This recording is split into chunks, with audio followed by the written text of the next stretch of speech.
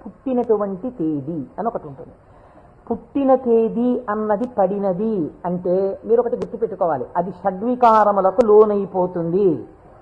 ఈ భావన మీ మనస్సులో బాగా రూఢమైందనుకోండి, బాగా పూనుకుందనుకోండి, అసలు సగానికి సగం లోకం పట్ల ఉండేటటువంటి తాదాత్మ్యత తగ్గిపోతుంది.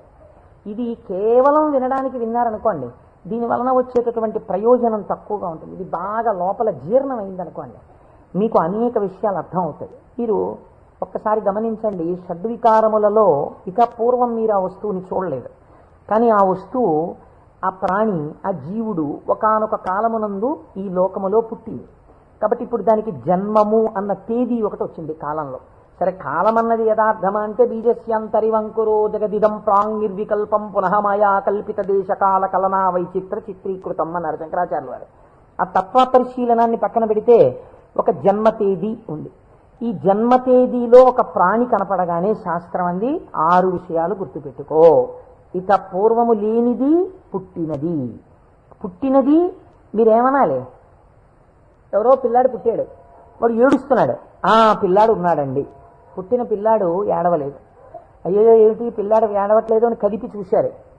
కదిపి చూస్తే డాక్టర్ గారు వచ్చారు, స్టెప్ పెట్టారు, ఊపిరి తీయట్లేదు, నల్లగా అయిపోయి ఉన్నాడు. అయ్యో అమ్మా, నీకు మృత శిశువు జన్మించాడు అన్నారు. కాబట్టి పుట్టినది. అసలు రెండో వికారం ఉంటుంది, ఉన్నది భవతి అనగా ఈ లోకములోకి వచ్చినప్పుడు అది ఉన్నది. అసలు ఉన్నది అని మీరు అనాలంటే అక్కడే శివ శబ్దం ప్రారంభం, మంగళత్వం. ఉన్నది. ఉన్నది అలాగే ఉండాలా? అలా ఉండదు, పెరగాలి. పెరిగినది. పెరిగినది పెరుగుతూ వెళ్ళిపోతుందా? నేనున్నాను, ఎవరి మీదో ఎందుకు పెట్టి చెప్పాలి? కోటేశ్వరరావు అనబడేటటువంటి ఈ శరీరం ఒక డేటు, ఈ డేట్ చెప్తే ఏమవుతుందంటే ఆ రోజు పుట్టినరోజు కనుక చాలా మంది పాపం ఇచ్చేసి చాలా అలా చేస్తున్నారు. అందరూ భయం వేస్తుంది నాకు ఆ డేట్ చెప్పడానికి. ఏదో 14/7/1959కి ముందు ఈ శరీరం లేదు. 14/7/1959లో ఈ శరీరం వచ్చింది. కాబట్టి ఈ శరీరం వచ్చినది ఉన్నది, ఏడిచింది అమ్మ కడుపులోంచి వచ్చి. అలాగే ఉందా? మా అమ్మ కడుపులోంచి వచ్చినప్పుడు ఎలా ఉన్నానో అలా ఉన్నానా? పెరిగినది. అబ్బో, ఎంత ధ్వజస్తంభం అంత పెరిగిపోయింది ఈ శరీరం. పెరిగినది. ఇది ఇలా పెరుగుతూ ఉంటుందా? ఉండదు, తరిగినది. మీరు నన్ను ఒక 20 సంవత్సరాల తర్వాత చూశారనుకోండి, ఇది తరిగిపోతుంది. ఈ శరీరం వడిలిపోయి క్షీణించిపోవడం ప్రారంభమైపోతుంది. తరిగినది.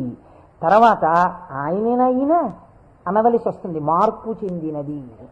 బాగా క్షీణించిపోయి ఇప్పుడున్నంత శరీరం ఉండదు. అయ్య బాబోయ్, అప్పుడు ఎంత ఉండేవారండి మనిషి, ఈయన అటుకంత అయిపోయారండి అంటాం.